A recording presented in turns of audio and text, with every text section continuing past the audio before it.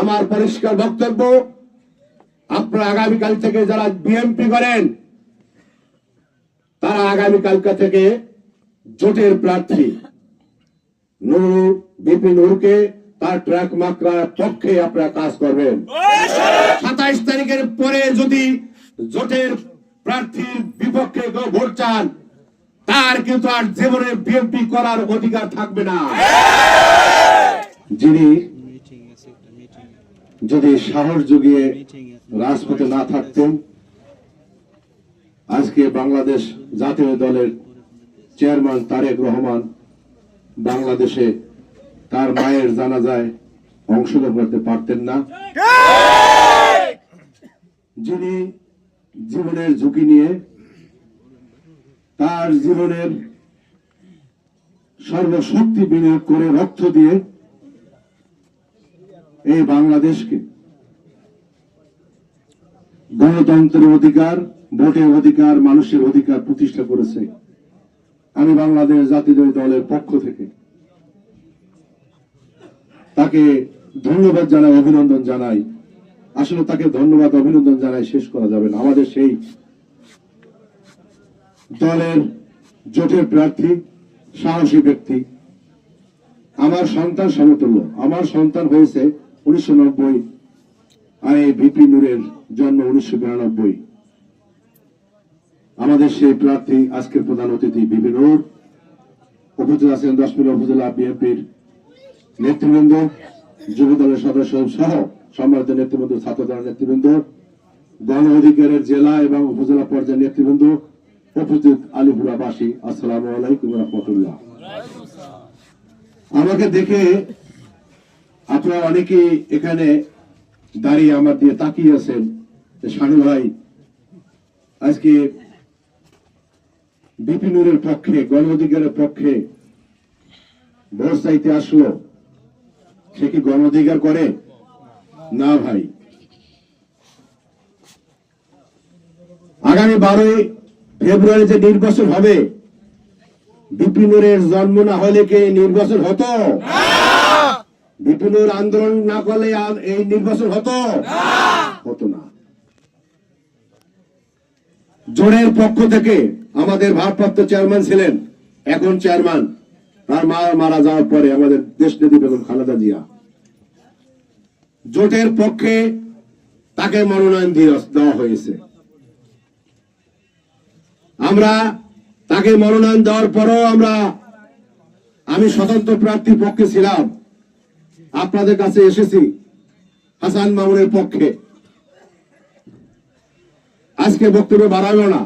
গত 22 তারিখ আমার দলের মহাসচিব ফখরুল ইসলাম আলমগীর তিনি আমাকে ফোন করে বলছেন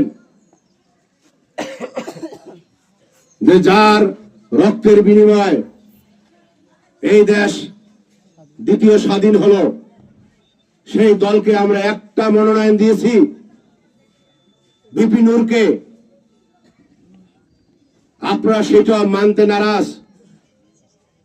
দলের চেয়ারম্যান, দলের প্রতিষ্ঠাতা জিয়াউর রহমানের সন্তান যিনি ভিপি নূরকে আজ 1918 সন থেকে 2018 সন থেকে এই কোঠা আন্দোলন থেকে জনাব তারেক রহমান ভিপি নূরকে দিয়ে বাংলাদেশের শেখ হাসিনার বিরুদ্ধে সমস্ত আন্দোলন সংগ্রামে তার সাথে কোঅপারেশন ছিল।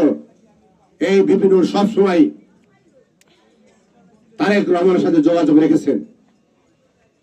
তারে দিয়ে আমরা কোঠা আন্দোলন করাইছি, তারে দিয়ে আমরা এই সরকারকে পতন ঘটিয়েছি।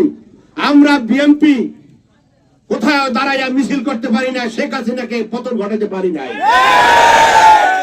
যার মাধ্যমে হইল তাকে আপনারা সহ্য করতে পারেন না।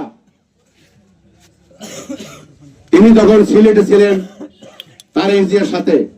তিনি বললেন আমার সময় নাই, আপনি আগামীকালকে আমাকে তুমি করে সমাধান করছেন মহাসচিব, তুমি আগামীকাল সকাল 9টার সময় ওল্ড ইউএসএসে আমাদের নির্বাচন পরিচালনা কমিটির চেয়ারম্যান, স্থায়ী কমিটির সদস্য নজরুল খানের সাথে দেখা করবেন, তিনি বিস্তারিত আপনাকে বলবেন।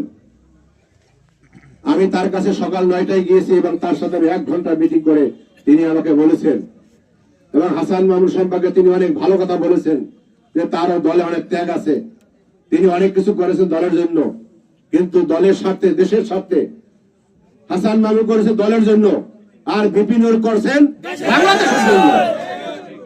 তাই বাংলাদেশের জন্য আমরা ভিপি নূরকে মনোনয়ন দিয়েছি।